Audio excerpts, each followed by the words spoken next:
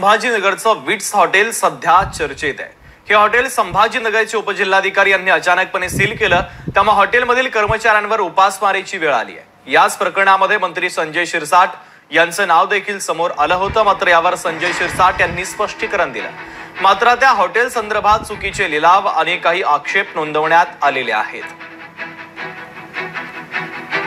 नेमकं हे प्रकरण काय आहे या संदर्भात ॲडव्होकेट मिलिंद पवार आणि भागधारक राहुल देखणे यांच्यासोबत संवाद साधलाय आमचे प्रतिनिधी अमोल धर्माधिकारी यांनी। आपण ऐकूयात। या सगळ्या प्रकरणामध्ये संजय शिरसाट यांचा कशा पद्धतीने सहभाग आहे हे आपण जाणून घेणार आहोत। आपल्या सोबत सुरुवातीला मिलिंद पवार सर आहेत। सर, तुम्ही यांच्या वतीनं अर्ज केलेला आहे, तर नेमकं काय म्हणणं आहे याच्यामध्ये?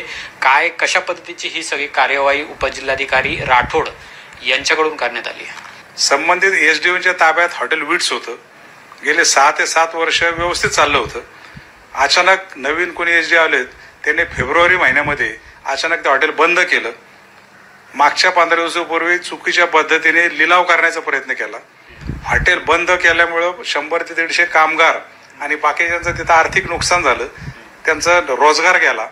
अशा संदर्भात जे काही गोष्टी घडल्या, तर त्या गोष्टी संदर्भात त्याच कंपनीचे एक एक्स एम्प्लॉई भागधारक राहुल देखणे हे पण या केसमध्ये इन्व्हॉल्व आहेत। तर या त्यांच्या वतीने आज आम्ही पुण्याच्या विशेष न्यायालयात अर्ज केला आणि संबंधित हॉटेल चुकीच्या पद्धतीने का बंद केलं, चुकीच्या पद्धतीने लिलाव करण्याचा काय प्रयत्न केला, या संदर्भात संबंधित एसडीओंना कारणे दाखवा नोटीस काढा अशा प्रकारचा अर्ज आम्ही आज केला।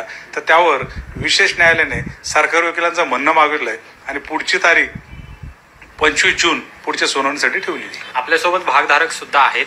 काय नेमकं झालं? हॉटेल बंद करताना ज्या नियम आहेत ते पाळले गेले नाहीत असं वाटतं तुम्हाला? खरंच ऍक्च्युली हे नियम पाळलेच गेले नाहीयेत। आताच्या रेटनुसार हे हॉटेलचा लिलाव व्हावा। आता जो रेट आहे तो चाललेला आहे। आता साधारणतः आम्ही जो काय रेट आता आम्ही कॅल्क्युलेट केला तो जवळजवळ 250 कोटी ते 200 कोटीच्या दरम्यान तो जातो। आणि 67 कोटीमध्ये जर 250 कोटीपर्यंत जर कोणी घेतला तर कुठेतरी ह्याचा शेअर होल्डरचा इंटरेस्ट प्रोटेक्ट होतो।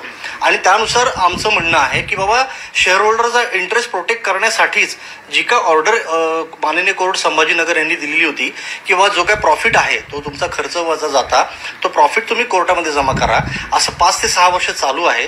कुठेही कुठल्याही गोष्टीचं ॲलिगेशन्स नाहीत। कोणी वेंडर म्हणले की आम्हाला पैसे मिळाले नाही, हॉटेल चालत नाही, असंही नाही आहे। कुठलं हॉटेल चालू आहे, हॉटेल व्यवस्थित रन होतंय, तरी हे बंद का केलं हा आमच्या मनामध्ये मोठा प्रश्न निर्माण झाला। आज पुणे न्यायालयामध्ये विशेष न्यायालयामध्ये याबाबतचा अर्ज देखील दाखल करण्यात आलेला आहे। त्यावर आता 25 जून रोजी सुद्धा सुनावणी होणार आहे।